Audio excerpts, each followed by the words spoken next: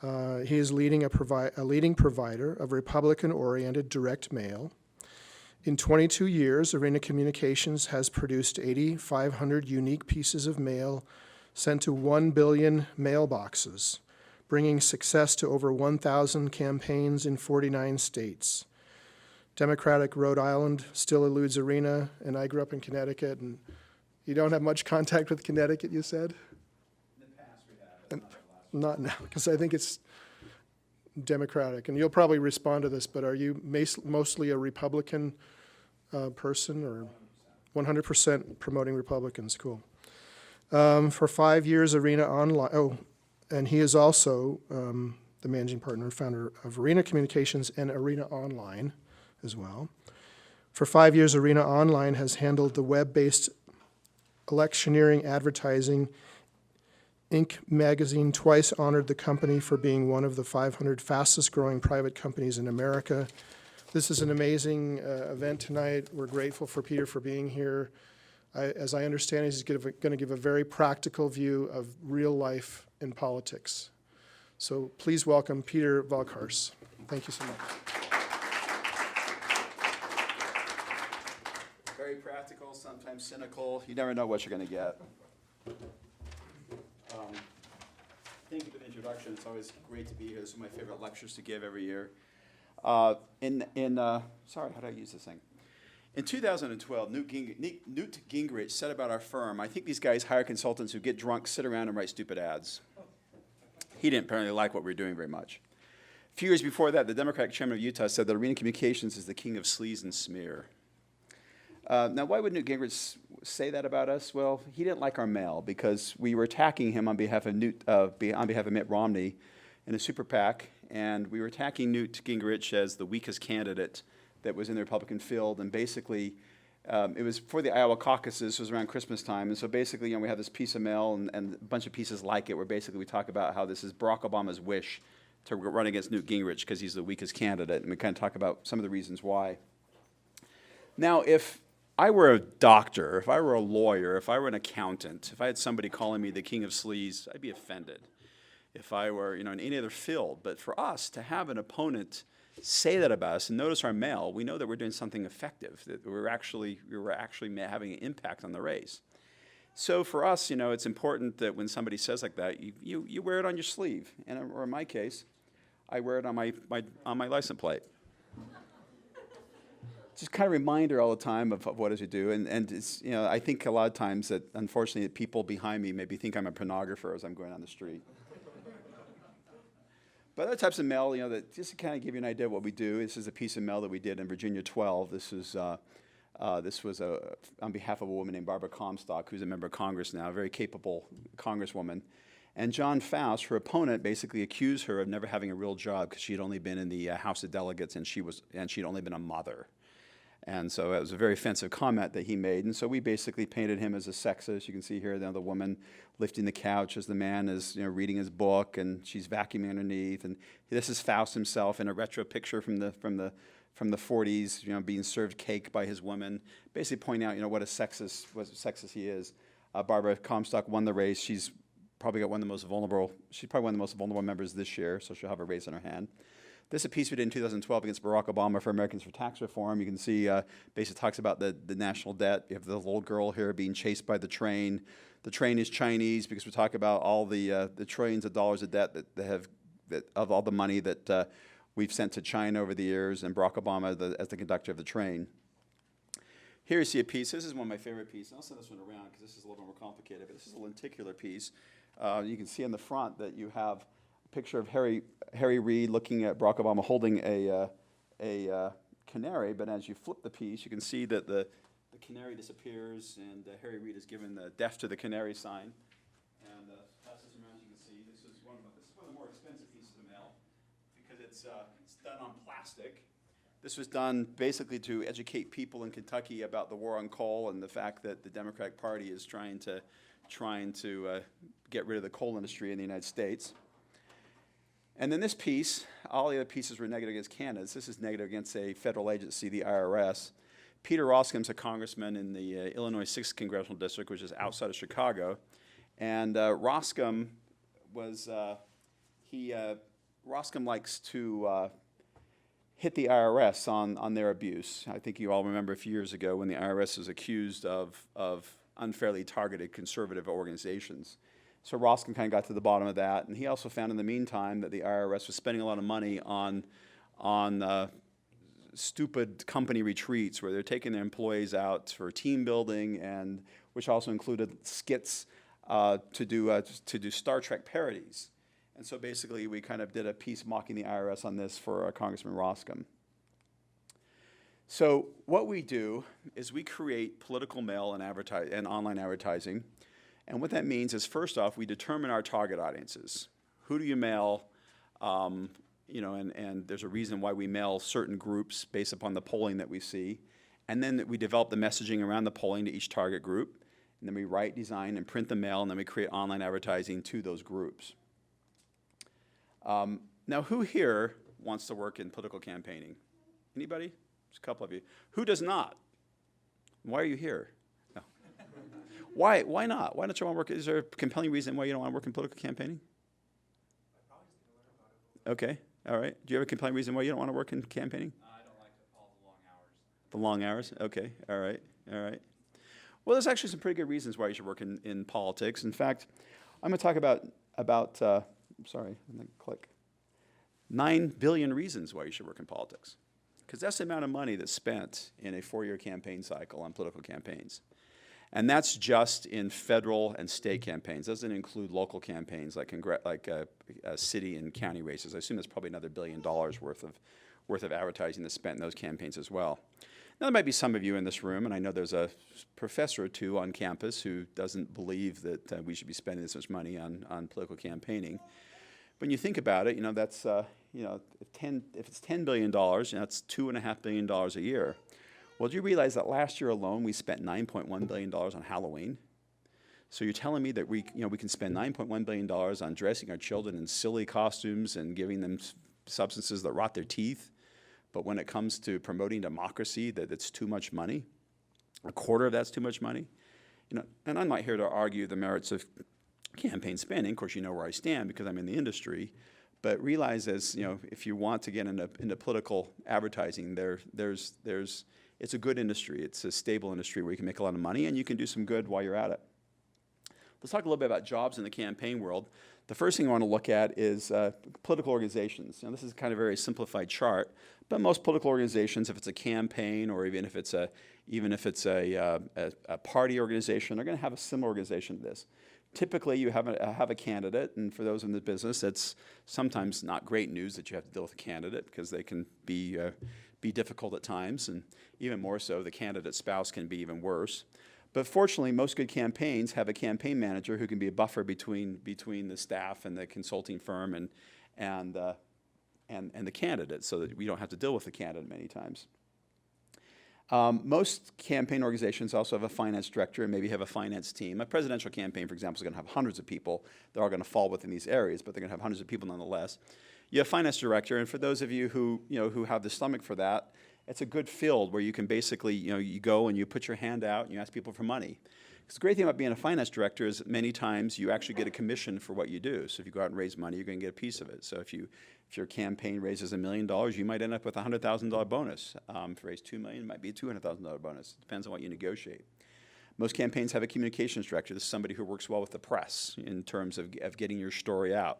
So if you have, I don't know if any of you are here who are communications majors, it might be a good place for you because you have to kind of be disciplined to know what your message is and make sure that you're basically telling a cohesive story. Political director, it's a good job for people who really do well with people, because political directors organize the campaign, and they basically make sure that there are people around whatever district it is, if it's a statewide campaign or a congressional district campaign, that there are plenty of people there to serve as volunteers.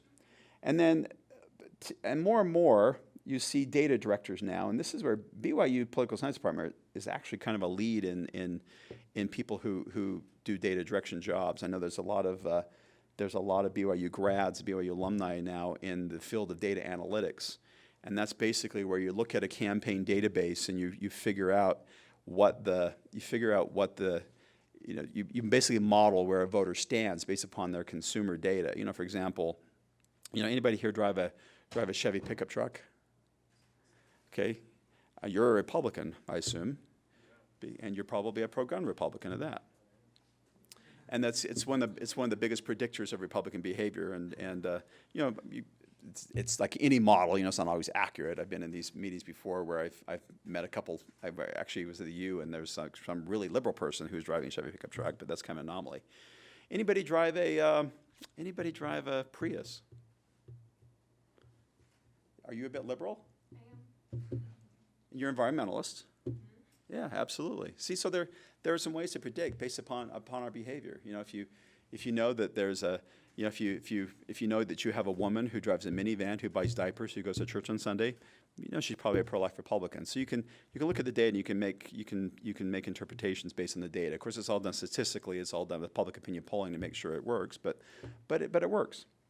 And now most campaigns too have a digital director, and this is somebody who understands social media very well. They might also actually update the website, but they might do all things digital for the campaign.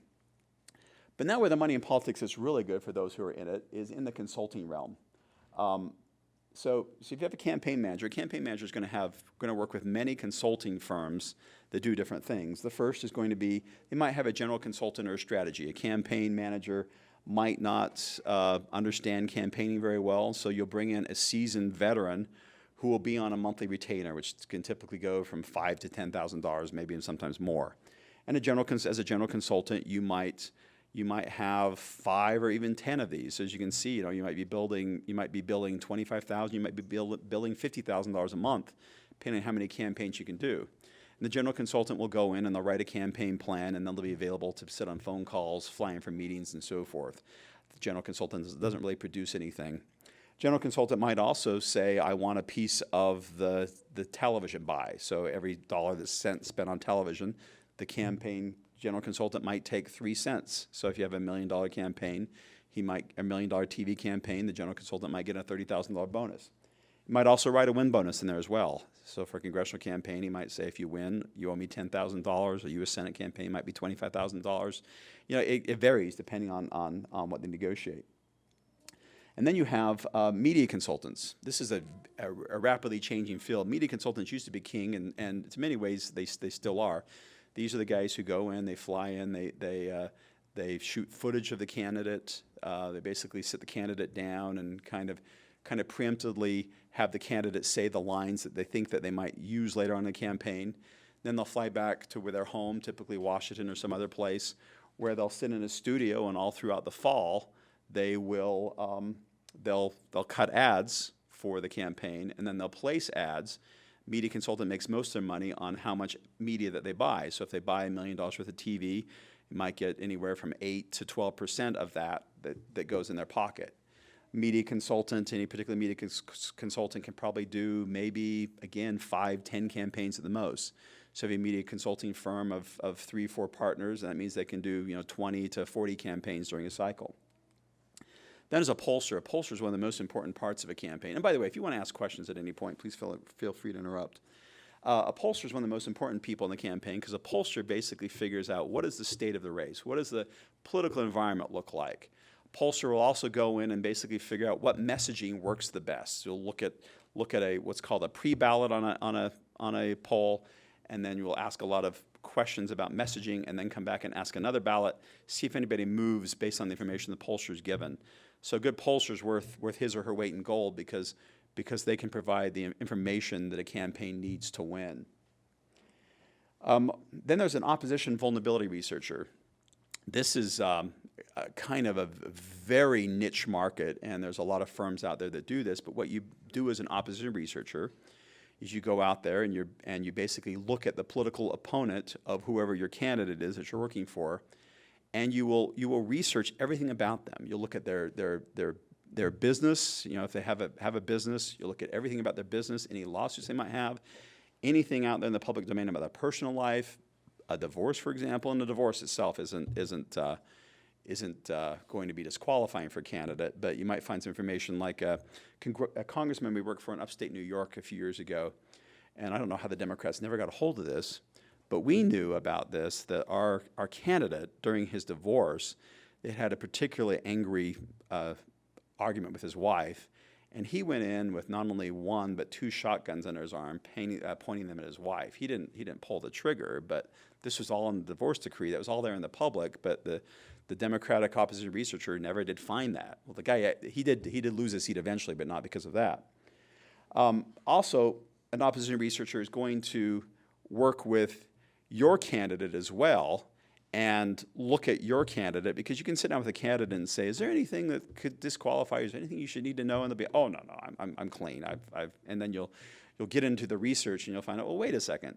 What about this lawsuit against you? Or what about this vote you took in the state legislature? So a researcher will find all this stuff and will compile a book, usually about 200 pages on each candidate, so that then the pollster can then take that information and pull out what we think are the best hits against our opponent and test them.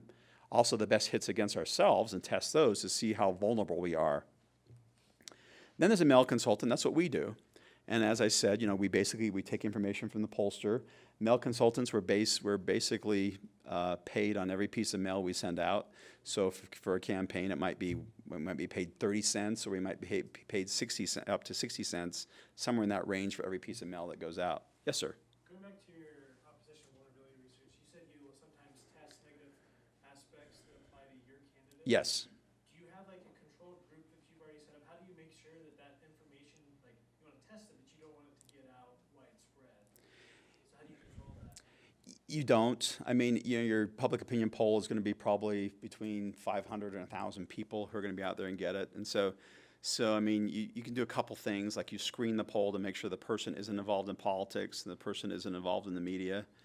Now, if it's me, I get a survey, I might lie. If they ask me, do you work in politics? It's out of curiosity, I might just say no. It depends on my mood. Sometimes I don't want to answer the poll, so if I say, yes, I work in politics, then I know I'm going to be disqualified right away. But other times I might say no, just to kind of see what's out there. And so you can't control that, but I guess if it's something really bad, you can basically test it blindly. Say, if you knew that a candidate did this, would it make you more likely or less likely? Good question, though. So on the mail consulting side, again, it's just, we're basically mailing, one piece at a time. And for any given race, if it's a congressional race, we might mail, 15 to 20 pieces of mail, which might go out, each piece might go out to maybe 60,000 people. Statewide depends on the size of the state. California, each mailing might be a million or more people. Wisconsin, you might be, a couple 100,000 pieces of mail. So a mail budget's going to go anywhere from, for a correct congressional race, a good competitive congressional race is going to spend probably between $300,000 and $400,000 on mail. Competitive Senate race was going to spend anywhere between $500,000, depending on the size of the state. Montana's going to be a much smaller spend because it's much fewer voters, versus Michigan, which might be you could have $1.5 million budget for mail. And then we also do digital, and so a campaign's going to have a digital consultant, and the same thing there, except for the digital race, for digital campaign. We're going to be concerned about A, doing a website, B, doing an email campaign, and C, the most important, is doing online advertising. Brittany Larson, who is a BYU alum, just walked in. She's from Arena Online, and she'll be available if you want to talk to her later about Arena Online and the digital operation. I just own a digital company. I don't know much about it, so she can answer any questions you might have about digital. And then there's a fundraising consultant. As we talked about in a campaign, if you work in fundraising, it can be very lucrative. And there are fundraising consultants that open up firms. There's a lot of them in D.C. who just focus primarily on political action committees. And they charge their clients a commission. So, a good political fundraiser might go out and get 20 incumbent congresspeople, raise, $500,000 to $1 million for each one, and they'll take a commission off of it. And then lastly, and this is one that's dying a little bit, but the phone consultants, they do still exist, but the phone consultants they'll do either robocalls or live calls, or a lot of states that don't allow robocalls, and basically to either advocate on behalf of a candidate, or they'll work with fundraising to do fundraising for a campaign. Dr. Monson, welcome. Thank you. So how do you as students get on the campaign consultant track? Well, there are some advice I'd like to give you. The first one is start now as a volunteer. Volunteer every chance you can get. And I know that's a little difficult in Utah because I don't know if any of you have noticed, but it's a one-party state. As a one-party state, it means that we don't have a lot of elections in November. Most elections are decided in June, and that's the end of it. So there aren't a lot of opportunities here. So the second thing I would say is leave Utah. If you get a chance, you know, when you're not going to school as an intern or in the summer, go out and work on a campaign outside of the state. Look for states that have competitive elections, and even some of the blue states have competitive elections. Like California is going to have, lots of Republican congressional seats. You can go work on a competitive election, and by that I mean look for a race where it's going to come down to the wire. I mean those are the kind of races you want to be involved with. 'Cause that's where you're really going to learn the most, because you're going to be with the best class of professionals, and you're going to get the best overall experience. Second, the third point is to get regional diversity. If you do this for a number of cycles, maybe work one cycle in the West, maybe work a cycle in New England, maybe go down to Florida, but go to different swing states. Definitely spend a cycle in the Midwest somewhere, either in Wisconsin or Michigan. That's where you're going to get or Ohio. Those three states, I think you're going to get better experience than probably anywhere else because there's so many competitive races. The fourth thing is to work different types of campaign jobs. See what you like. I mean, I did that. I pretty much have worked everything in a campaign, from campaign manager to I've done fundraising, I've done grassroots, I've done press. Try and do everything and kind of get an idea of what you like. I mean, ultimately, I just kind of fell in the mail business because I was, being involved in political campaigns. I kept seeing mail that was the same. It was basically a picture of the candidate, smiling with the American flag behind them, and then 4 words out of the, is that the scouting, what is it? Scout is brave, clean, reverent. What do you call that? The scouting oath. So yeah, it basically like pull three of the adjectives out of the scouting oath. Our candidate's brave, clean, and reverent, whatever. And when somebody says they're brave, clean, and reverent, they're probably not. And I worked early on in a polling firm, and so I kind of learned very early on that when you market a product, it's not about the product, it's about the consumer. And the mail that was being done at the time was not about the voter at all. I mean, it was always about the candidate. It's like, well, who's going to read this stuff? So that's kind of why I got in the mail business, because I was attracted to it, and I kind of learned that from working different types of campaign jobs. The fifth point is don't worry about changing jobs often. I remember I had a very low point in my career. I had come back from Washington, D.C., and I didn't have a job. I didn't know where I was going to go. And so I actually went and talked to an employment counselor, and she looked at my resume and says, "You've never had a job. You've done a bunch of projects because you keep changing jobs every 2 years. Well, why is that? Well, that's the nature of the beast. And if you come into my office and you've been in the campaign world for a while and you have 6 campaign jobs on there, terrific. That's wonderful, because that's just simply the way it works. In fact, it's a truism. If you live in Washington, D.C., you always have your resume ready, because you never know what opportunity might be coming up next. So you always want to be ready for whatever the next best opportunity might be. There are many types of job types that lead to becoming a campaign consultant. I mean, first off, if you can work on a campaign, that's usually always a must. Although we have people at Online Arena Communications that haven't worked on campaigns. Some have, some haven't. It's a nice mix of people. But if you can work on a campaign, a competitive campaign, please try and do so. Party organizations are a great way to go. There's national parties. Both parties have a national committee. Both parties have a national Senate committee and a national congressional committee. Both parties have a governor's association and an attorney general's association. Both parties have nonprofit groups that deal with state legislative elections around the country. So there's all kinds of good party opportunities as well. There's also some good state parties out there. There's some really bad state parties out there as well, but there's at least, and a lot of state parties aren't very effective, but there's at least 5 good Republican ones I can think of that you should, if you have a chance, go work for them. I mean, 2 that come to mind are Michigan and Wisconsin, if any of you are from those states. Those are good parties to work for. There's lots of good third-party groups out there as well. You've got, the abortion debate. You've got groups on both sides. You've got the National Rifle Association. You've got, gun violence on the other side. You've got, there's hundreds of these groups. Now, if you go work for one of them, make sure that they actually have a political arm, that they have some kind of super PAC, because otherwise you're going to be dealing with maybe policy or membership, members of those organizations. Maybe that's what you want to do, but if you want to do politics, make sure they have a political arm. Your question? Yeah, I'm from Michigan, but I'm more left-leaning. Do you know of any organizations in Michigan that would be good to work for? Or you mentioned the Republican Party is a good party to work for in Michigan or to volunteer for. Is that for the Democratic Party, do you think? I would think so. I would imagine. And then because there's a couple big players in Michigan, the Stryker family, which did medical devices, and I know they give a lot of money to the Democratic Party. So I know they're well funded. And having worked in Michigan on the other side, I know that there's definitely a lot of those. So yeah, you should have plenty of opportunity in Michigan. I don't wish you success, but personal success, just not institutional success. For those of you in communications, the Capitol and the White House are some of the best places to go because you can learn about press, you can learn about messaging. Not necessarily this White House, but maybe a future White House would be a good opportunity for you. But there's still some good opportunities on Capitol Hill. And then consulting firms like ours, and you can step into a consulting firm without working for the other places. And I know that I've talked to a couple of you about internships this summer and maybe work this fall. And if any of you else are interested in either the mail or the online industry, please talk to myself or Brittany afterwards, and we'd be happy to talk to you about it because we do have some good opportunities, and it's a good way to if you need to stay in Utah, it's a good way to work on some national campaigns without leaving the state. So we'll give you some really good experiences. Now, eventually, maybe you want to own your own consulting firm. So if you do, there's some advantages to it. Flexibility is one of them. Off year versus on year.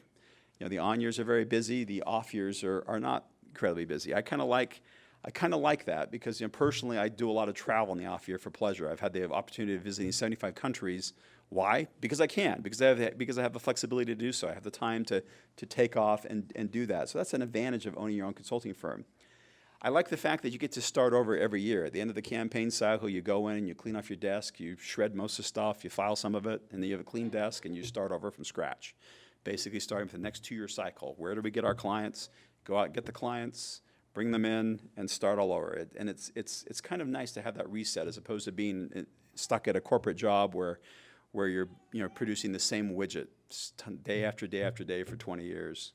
And then you retire, then you're done. But it's kind of nice to start over.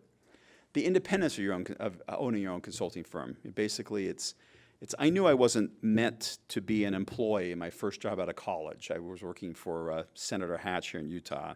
Frankly, I just hated it. I lasted 6 months because I knew I wasn't going to be an employable person. Because all of a sudden, you're in college, you got this great life. You can decide when to go to class, if to go to class, when to eat, when to study. And then all of a sudden, you're at a working environment that's 8 hours a day, and people are telling you when you can eat, when you can leave, when you come in, and so forth. And that just wasn't for me. For some people, they like the structure, but I'm not a very structured person, so I didn't like that very much. So I knew I was kind of destined to start my own firm. Why? Because I can't keep a job. That's the basic truth of it. So I had to create my own job for 22 years. And you can make as much as you want in your own consulting firm. It just depends on you. It depends on your drive. It depends on your ability to create an organization that can go out there and get clients, service clients, and build clients. Some of the disadvantages, and some of this might be an advantage to some of you, but you live, eat, and breathe politics. And you find that even in this business that even your closest friends are political people because the rest of the world just simply they don't get us. They don't get what it is we do. They don't get why we do it. And you just find yourself gravitating around other people who work in politics. And you meet some very good people and get some very good friends that way. The disadvantage, there's lots of travel involved. I mean, I'm a Delta Diamond, which means I do my 125,000 miles a year plus. And it does get old after a while. And I'm at this stage of my career where I get to do less travel because I have my kind of base clientele that keeps coming back to me year after year after year, and as long as I see them every few months, they're happy. So I don't travel as much, but and when I do travel, it's either to Washington D.C. or some state capital, and it's like, if you've been to Lansing, I mean, there are pretty. I hope you're not from there, but there are prettier cities in the country than Lansing, Michigan, But there are other places like Madison, Wisconsin, that are absolutely gorgeous, or the Twin Cities are a great place to visit. But I myself, I do a lot of my work in the upper Midwest, so I go to state capitals from Montana to Michigan and everywhere in between, and we can have an offline conversation later about what the best and the worst state capitals are. There's also the stress of where the next paycheck comes from. When you own your business, you got to figure out, how am I going to meet the next payroll? And particularly in this business, when you have money coming in on the on year, on the even year, but you don't have any money on the off year. And you have to employ people because you want to have people up to speed. You got to figure out how to make it work, and it can be a challenge, particularly when you first start. And I never get to attend the Summer Olympics because they're always in August before the election, and I just simply can't go. So hopefully when I retire, I'll be able to go to Olympics finally. So do you have what it takes to own your own business, or do you want to work for somebody else? It's something you need to decide. One test I like to throw at people is, do you look for the fastest line? Are you ever at the airport and you ever notice that there's like 4 or 5 long lines, and then off in the corner there's one line where nobody's going? Well, why is that? Why is there always like a short line at an event or someplace? Do any of you ever find the short line? You might be an entrepreneur. Because people find comfort in doing what other people are doing. So they get in the long line. They get behind the other people because that's where you're supposed to be, right? And if you're that kind of person that's looking for that comfort, having your own business may not be for you. But I love that test. And go and notice next time you're in an event that there's always that short line. Go find it. I'd like to, before I finish, I'd like to just impart a few of life's lessons, and some of these seem very obvious. But the first one is, don't be afraid to lose. I was talking to a press secretary on Capitol Hill who's in his 20s the other day, and he was telling me that a lot of his Republican colleagues in Capitol Hill aren't looking for campaign jobs because they don't want to be on a losing race. They don't want to have that on their resume. Well, if you come into my office and I see on your resume that you're out in the work world in 2018 and you didn't work on a campaign, I'm going to ask you why. Because there's no shame in losing. In fact, some of your best lessons in life are learned from losing a political race. Because you have to stand back and you have to ask yourself the question, well, why? Why did we lose? What did we do wrong? What did I do wrong? What did we do wrong institutionally? One of my mentors once told me that you learn the best lessons from life from your mistakes. Now, hopefully you can learn a lot of those from the mistakes of others, but you need to have your own. You need to stumble and fall a little bit and figure out, why it is you stumbled and fell. So don't be afraid to lose. The second one, and it seems pretty obvious, but it's to be honest. It's to be honest with your clients. Be honest with your coworkers.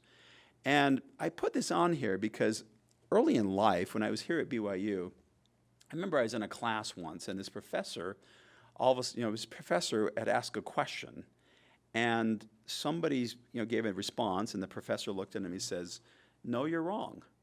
And that kind of put me back for a minute because how often, now notice this next week, how often do you ever hear a professor say that somebody's wrong?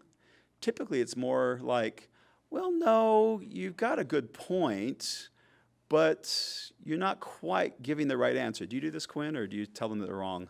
Depends on how much Diet Coke I've had that day. But listen to the response of the student. It's like, no, they're wrong. So why didn't this mentor tell them that they're wrong so they learn from their mistakes? And we need to be honest. We need to be honest with our colleagues. We need to be honest with our clients. Like I had a client last week, just had a really ridiculous idea. She's running for Secretary of State of a state. And she has this piece of literature, and on it says SOS, which stands for Secretary of State. Now, I'm involved in politics. I saw that SOS, and I didn't, because she had put words to it, security, optimization, and stabilization. It's like, well, first off, I didn't catch the point that it was SOS, Secretary of State. And secondly, it's like, what do these words even mean? So I spoke up in the conference call, and I didn't say this is a dumb idea, but I said, I basically said, what does this mean? If I'm a voter and I look at this, it doesn't mean anything. And some of the people on the conference call were aghast that I would say this, but at the end of the day, we're now revisiting the messaging and putting something that actually makes sense. So keep in mind that if your friends, your colleagues, your peers, people you work for, if you can't tell them the truth, if they don't hear the honesty from you, they're going to be making the same mistake over and over and again, and they're never going to learn. So be as honest as you can. It doesn't mean you have to be mean. It doesn't mean you have to be brutal, but just be honest. The third point, this is very important, is admit your mistakes. Back in, I think it was 2000, I just started my company in 1996. We hadn't been around that long. This was 1999. I had a congressman from Wisconsin, and we were only a two-man shop at the time. Now we have 45 people that work for us, but back then it's just myself and my original business partner. And the two of us, obviously we couldn't do everything, so we subcontracted with a lot of vendors to do a lot of different things. And we had one vendor who did all of our data processing. Well, we had a mailing that was going out to this congressman, and the mailing was 100,000 pieces. And the piece went out, went to the post office, and a day later we got a call from the post office where the congressman was from, and he said, you know, I have a stack of mail here. It's 2,000 pieces of mail addressed to the same house, but different people in that house. It was a single family dwelling, so obviously 2,000 people didn't live there. It's like, oh, that's not good. And then he found another packet of 500 addressed to one house and 200 another house, and something had gone wrong in the data processing, where the addresses were all wrong, and so it turns out half of the mailing was wrong. So I called up the congressional office, and I talked to the chief of staff. I said, I'm sorry, but we made a little mistake here on data processing, and we're going to fix the mistake. So 50,000 pieces were mailed erroneously. So we're going to go to press tonight. We're going to have those processed tomorrow and at the post office. So they'll be a day late. And of course, we have to do this at our costs, which is about, by the time you print and mail, you're talking about 20,000 or 20 cents each. So it's about a $10,000 mistake, which is a lot of money, particularly for a startup company like ours. But we had to incur that cost. We had to incur that cost to keep the client. So everything went well, and the piece got out. It's a little bit late. Next time I was in Washington, D.C., I visited the congressional office, and the chief of staff said, hey, I really appreciate you admitting your mistake. I appreciate you making it right. Because if you try to cover it up, if you try to do something wrong, you're going to get in trouble eventually. I mean, obviously, there's the moral implications, but there's also the business implications that you're not going to be well received if you do that. And then the chief of staff said, hey, the congressman would like to talk to you. So I went to the congressional office, and this particular congressman was 9 years younger than me. You ever been dressed down by a congressman who's 9 years younger than you?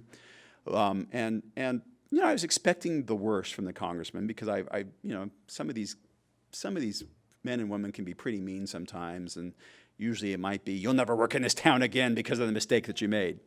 But this congressman looked at me, and he said, I really appreciated you owning up to your mistake, correcting the mistake, and now I can make the assumption that you will never make a mistake from me as we continue to work together. I said, yes, Congressman, you're right. And I will always admire Congressman Paul Ryan, who's the Speaker of the House, for that moment, because he's a genuine human being who really does care about people, and he will, regardless of whether you agree with his politics, he's one of the good ones. And to this day, he's still a client. Not a great client, because he doesn't have a competitive race every year, but we still do stuff for him all the time, and he refers us to other congressmen. So admit to your mistakes, because you never know. It's good for business, it's good for your character, it's good all the way around. The final point I'd like to make is that B's and C's cut it here in school, but they don't cut it in the real world. When you're doing that term paper, and the term paper's an A, but you have 5 grammatical mistakes in, so it becomes a B+. It's acceptable grade here. If you make those grammatical mistakes in our world, doesn't cut it. It could mean the end. It could mean the end of a client for us. It could mean the lost revenue. So if you make that mistake, it's a pretty big deal. So in the world of political advertising, it's pass and fail. There are no A's, B's, and C's. For example, here's one. This is from 2012. Mitt Romney's a better Mercia. Somebody pointed out that this was done for there was no Snapchat at the time, but it was done for some Facebook app where basically you put your picture here and post it, but it says I'm with Mitt. And somebody pointed out on Twitter that if you were to apply for a CEO of a company and you misspelled the company wrong, you're not going to get the job, right? So here's a guy applying to be the CEO of the United States, and he spells America wrong. So don't make grammatical mistakes, period. It doesn't cut it. How much do you mark people down for a grammatical mistake? Just fail them automatically. No, I would say You should. that for this class, right, when you have that resume assignment, I did this class for the first time last semester. I was shocked at what made it through as somebody's final version of a resume. And it wasn't necessarily grammatical mistakes, it was just doesn't look good. It's Yeah. polished. Mm-hmm. It looks like most of the resumes I got last Yeah. semester. And it, frankly, more time and effort can make it better. And so that's the one piece for this class that I would say, you can tell immediately. The difference between A and a B is determined in 25 seconds. I mean, I can see when I Yeah. look at a resume, no, there's one. Okay, Yeah. good. We had a job we posted for a chief operations officer for our digital company a couple months ago, and we had 400 resumes. And I went through them in about 20 minutes and eliminated 350 because, like we said, you could just look at them and see, oh, they're not good. And then you start going through and then start looking at the nuances, oh, misspellings or other things, or I have my little quirks. And like, for example, if you're married and you share, and I catch that you're sharing an email with your spouse, there's something about that just grates on me. Don't do it. Don't do it. Get your own email address. If you don't have a trusting spouse, I don't want you in our organization. So that's one thing to keep in mind.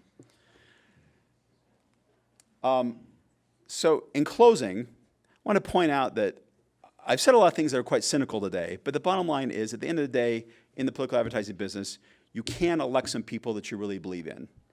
And, it might only be 10% of them that you end up believing in, but at least with the other 90%, you can rest assured that they're the lesser of two evils, at least in your opinion.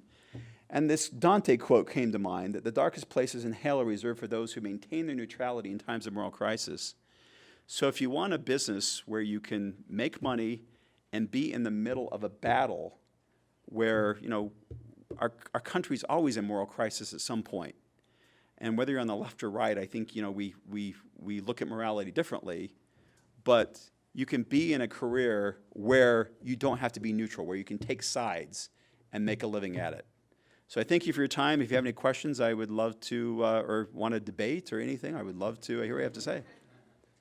Yes, sir. When you bring on a client, do you kind of just run and do your own messaging and then present them with hey, do you approve this and mail it off, or how involved are they in developing? Well, the campaign organization we work for is going to be very involved. Now, who is involved in that campaign is campaign by campaign. Like I have actually some Congress people who will read every word, which is very laborious because it takes forever to get them to approve it. And the staff do their best to try and get them not to do it. But as far as what we do is we work with the campaign, we try and figure out the messaging, we look at the polling, we give our recommendations. We'll do a mail plan initially and say, okay, we're going to mail to this universe. Here's what we're going to mail, just kind of a 5-word summation. And then if they approve that plan with the budget, then we start putting together the piece of mail, and then we'll present them with what we see as a finished product. They'll come back, make some changes. Rarely will they, do I ever see a piece of mail that's 100% for them. And they usually make it worse because, we try to keep the mail with very few words. But most politicians have a lot to say, so they like to add words and make a piece look ugly. So you look at our mail sometimes, you'll think, boy, this is kind of an ugly mail piece, and we do our best job and do the best we can. But at the end of the day, it's their mail. They get to make the changes, and then once it's approved, then we go off and mail it and send it out. Same with the digital. Right back here. What role does survey research play in your profession? Because you mentioned you do look at surveys and you message testing. Do you guys have someone in-house who does that? Or? No, we'll rely on whoever is doing the message testing for each organization that we work for. They'll each have their own pollster, might have a data modeler, other people involved, and so we'll work with those people, and they'll give their presentation of what they think is right or wrong. And my first job out of college was in polling, so I'll actually go back and look at the crosstabs myself a lot of times, and basically say, well, how about we look at going after this group? It's all about getting the lowest hanging fruit. What are the easiest, the least costly votes to get? So we'll go take a look at that and figure out, how do we get those voters, and then what messages do we need to use? So we'll use the institutional knowledge of whoever the pollsters for the organization. It seems like the quality can vary based on the campaign you work for. It depends on who's doing their polling. So how do you the quality of your work, I guess, depends on in small part the quality of this pollster. So how do you face that challenge? Well, having been in the business 22 years, I kind of know who the good players are and who the bad players are. So a lot of times I know whether to take it with a grain of salt or not. And but that is a challenge because the campaign's trusting this person, and so you kind of just maybe bring up an objection here or there and say, well, wait a second,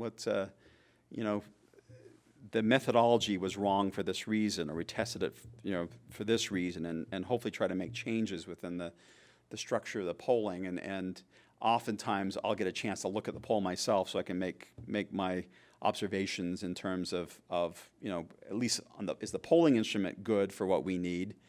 Of course, the methodology could be completely bad once they do the poll, but all you can do is the best you can. And occasionally you'll have a smaller race that won't have any research at all, so it's all gut right now. Like the Secretary of State thing I was telling you about, it's 100% gut because there's no research whatsoever. But most races we work for will have polling. There was a funny story. There was one pollster a few years ago, and he didn't do a lot of political stuff. He was a professor in Texas. And there was one campaign I was working on, and the congressman was going under defeat. It was actually in Michigan. The congressman was going under defeat, and we were having this last-minute call about what do we need to do. And the pollster interrupted the conversation. He goes, I've been here before, and you know what you need? You know what you need to do? And so we're all like listening, waiting. What is the punchline here from this pollster? You need to run a really good TV ad. This was his advice. Like, would you like to help us maybe come up with a message? Would you like to maybe help us point out what should be in this TV ad? But that was all he had to offer, was run a really good TV ad. It's like, okay, thank you for your advice. Any more questions? Yes. As a political consultant, have you ever had two clients that are running for the same office? Does your contracts kind of limit that? No, I mean that'd be ethically that would be wrong. So yeah, we don't do it. Sometimes we pick the wrong person in the primary, and then another person has more money or is a better candidate, and so you just kind of have to weigh it at the beginning of, well, which candidate do you want, which candidate am I going to go after, and sometimes it's the right one, sometimes it's the wrong one. We do from time to time have clients that are, and I don't want to get in the nuances of campaign finance law because it's a little crazy, but we do sometimes have clients which are, like for example, I'm working on one of my colleagues right now is working on a Senate race in Wisconsin, and I'm legally barred from knowing what he's doing because I'm working for a super PAC that's supporting this same woman. And so within the company, we're not allowed to talk to each other about this race because it'd be against the law for us to do so. So we have to be very careful to make sure that anytime we discuss these campaigns, we do it behind closed doors in our respective offices. We actually have little labels on our doors that say, in this office, do not discuss this campaign. So we know that the campaign is, that we know that each other's working, on something that we're not allowed to know about, but we don't know anything beyond that. It's kind of weird, but it's the way the world law works. Yes?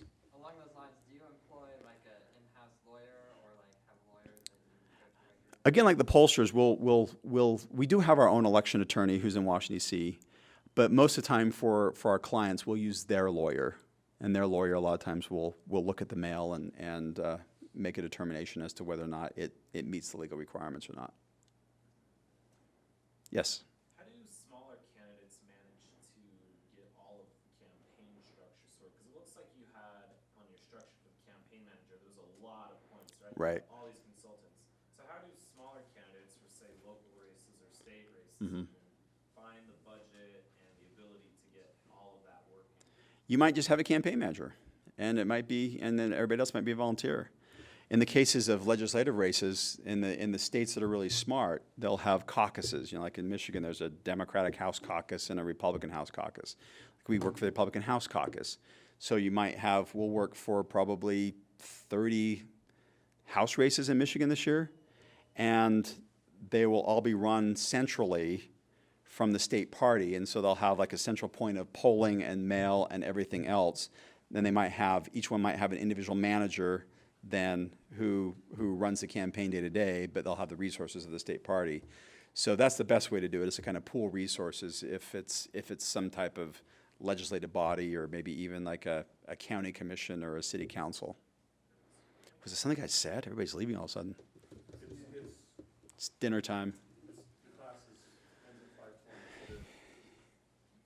Yes. Keep going.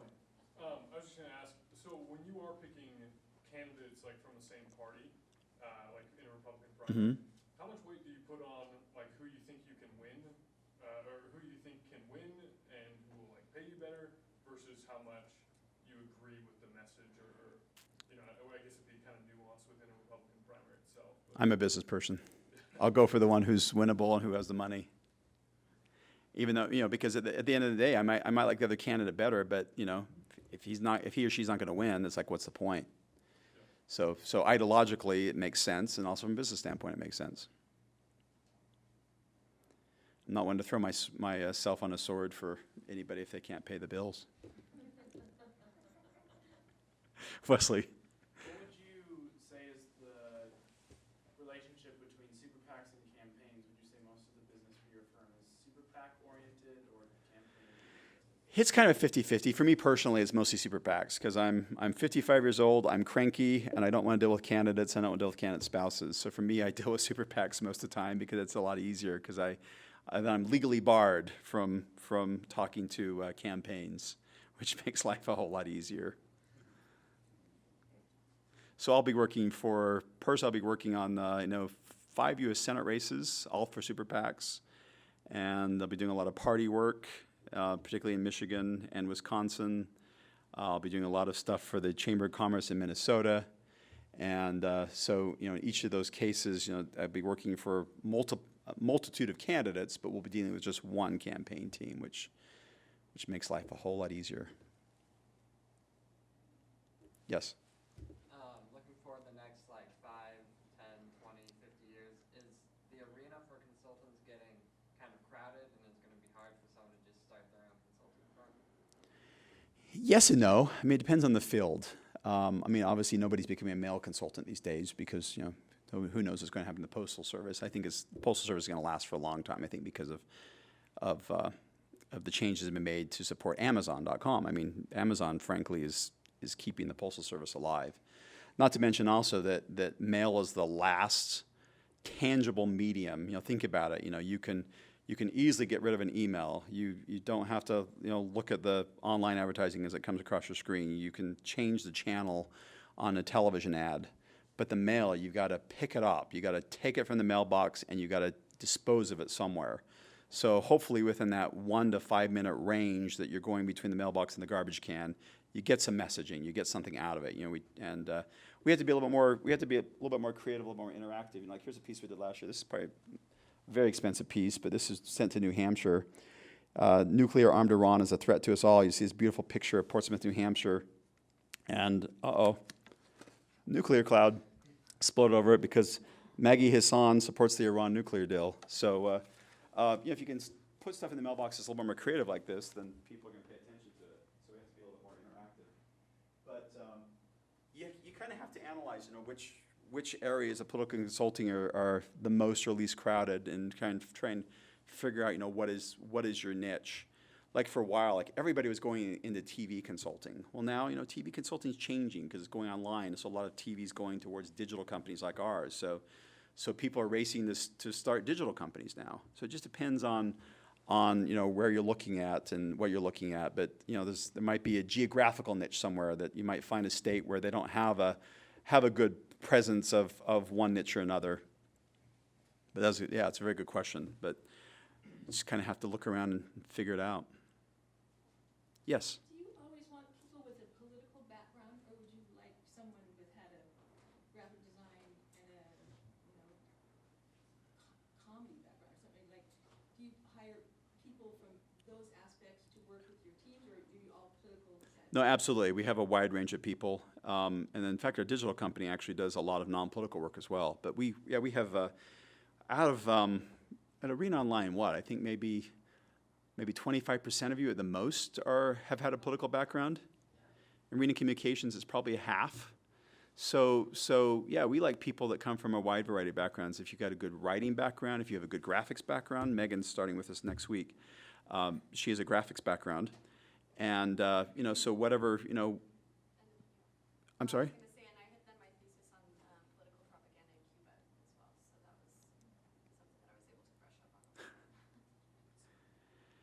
Yeah, so if you're in the marketing sphere somewhere, and by that I mean communications, marketing, writing, graphics, those are all good areas to be in. Data analytics. Are the salaries coming out for starters, is it a decent salary, or is it, you gotta grow, or is it like coming out of college and working for you, would that be like, yay, or would it be like, you gotta start somewhere? You gotta start somewhere, but they can go up pretty quickly if you can show your value. And Arena Online is interesting because we have a lot of people who don't even have any online experience who start with us, and we kind of train them from the ground up, and the ones that really learn the online world, you can move up pretty quickly. You can talk to Brittany more about that later, but after class here. But it depends. And Arena Online hires a lot more people than Arena Communications. Arena Communications is a little more limited in our hiring, but we pay for if you want to do an internship, we pay about $12 an hour, which is good for an internship, and then take it from there. You want to intern with us, right? Absolutely, Michigan. I'll introduce you to all kinds of good, solid conservatives in Michigan. They'll set you straight. Any other questions? Well, thank you for your time. Oh, yes, go ahead. How do you handle the ugliness, just the polarization, and it just gets really ugly? Do you just stay out of it somehow, or does it get to people sometimes? Not to me, but that's perhaps because I'm very cynical to begin with. So, For breakfast, don't you? I think that you just I mean, thrive on it, Peter. people can thrive Yeah. on that, but you can also take a step back and say, this is so ugly. yeah, I mean, to me, it's making sure that A, is the attack truthful, and B, is it relevant? And I think if you do those, to me, I kind of keep those two things in mind. I got a congressman a few years ago, and he had an opponent who did a fundraiser, sent the fundraiser out, and on the fundraiser it said, join, I can't remember the guy's name, but join candidate so-and-so at such and such topless bar. And it had a picture of like a family-style restaurant above. I was like, that's not a topless bar. And it turns out it was a tapas bar, like delicious Spanish appetizers. And so our congressman basically said, we've got to do a piece of mail on that. It's like, what are you talking about? He goes, he's doing a fundraiser at a topless bar. No, he's not. Well, he says he is, so let's do the piece of mail. So the chief of staff and I basically got together and said, well, let's just throw him the most egregious mock-up we can send him, and he'll see how ridiculous it is, and he'll change his mind. So we did this piece. It was like neon pink and green, and it had neon lights that said girls, girls, girls. It had a pole dancer and said I think the guy's name is Professor Renner was our opponent. Professor Renner is doing fundraisers at topless bars. And so the chief of staff showed to the congressman. The congressman said, that is great, let's get it out. So we had to then step back again and say, no, congressman, we're not doing this because, it's not factual. If they had at a topless bar, yeah, it might be relevant to some voters, but it's not factual. So, we're not doing the piece of mail, plain and simple. But it's not for everybody. I mean, we have a very difficult time finding graphic artists, particularly because a lot of graphic artists are a little bit more liberal. And so once they come in and they start digging in what we do, it's like they just don't have a taste for it, and they don't come back. They don't respond after the first interview because they don't want to do it. So I know there are some people that just don't have a taste for politics, but you got to have a taste for the jugular a little bit. And knowing that the person you're working against is an evil person. They shouldn't be in public office. That's a very important part. Well, let's end on that note. Thank you.